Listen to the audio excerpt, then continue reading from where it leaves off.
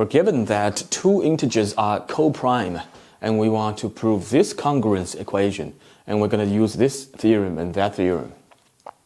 Usually we write GCD of m and n, but here I'm not writing it because I want to save some space and time.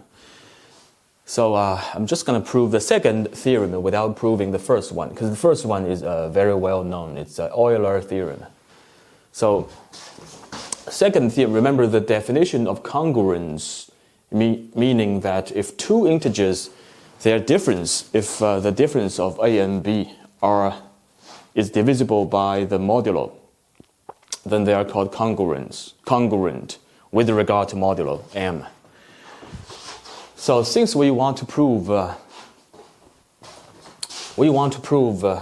this equation given those conditions, right? Meaning we just have to prove the difference of a and b is divisible by modulo m1, m2, right? We just want to prove that a and the difference of a and b, let's just denote it as c, yeah? Just to save some space and time. We want to prove that m1, m2 actually divides c, right? This is what we want to prove, given that a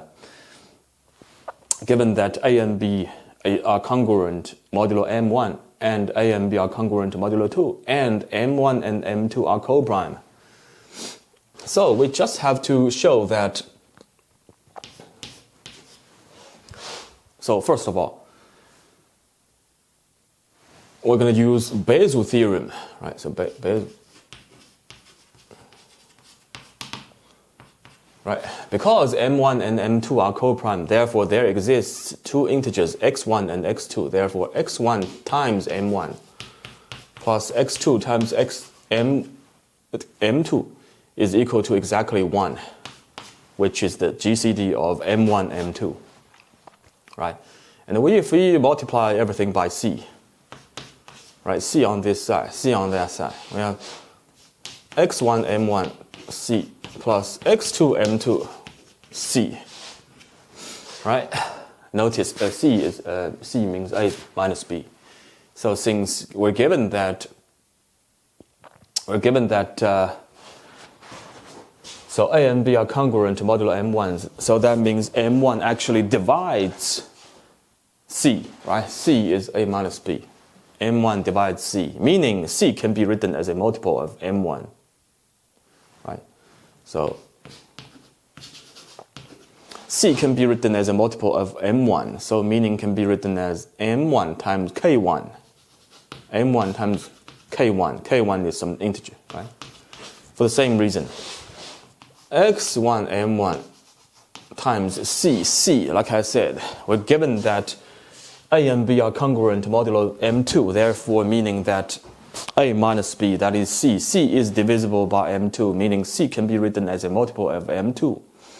So c can be written as a multiple of m2, can be written as, for example, m2 times k2, right? m2 times k2. In this case, we just have to extract m1, m2 as common factor. Easily we can see that c can be written as a multiple of m1, m2, meaning m1, m2 divides c, right? We've really proven that under this condition, m1, m2 really divides c, meaning a and b are really congruent modulo m1, m2, right? So this theorem is proven. Now we're going to prove our main problem. Since m1 and m and n are coprime, therefore I can use the first Euler theorem, right? As long as those two integers are coprime, then we can have the following congruence equation. So in this case, I'm just going to treat a as n, right?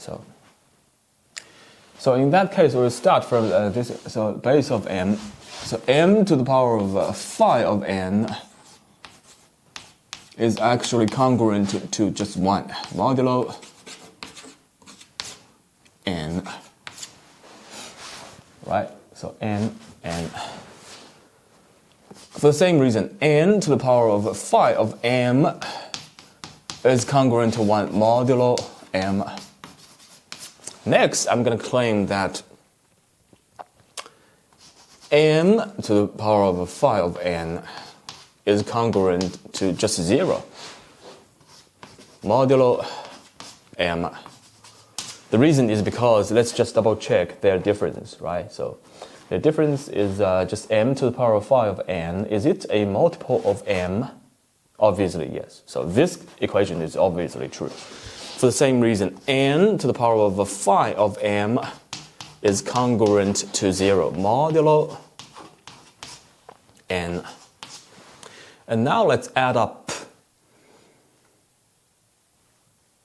first equation and last equation, add them up because they have exactly the same modulo, right?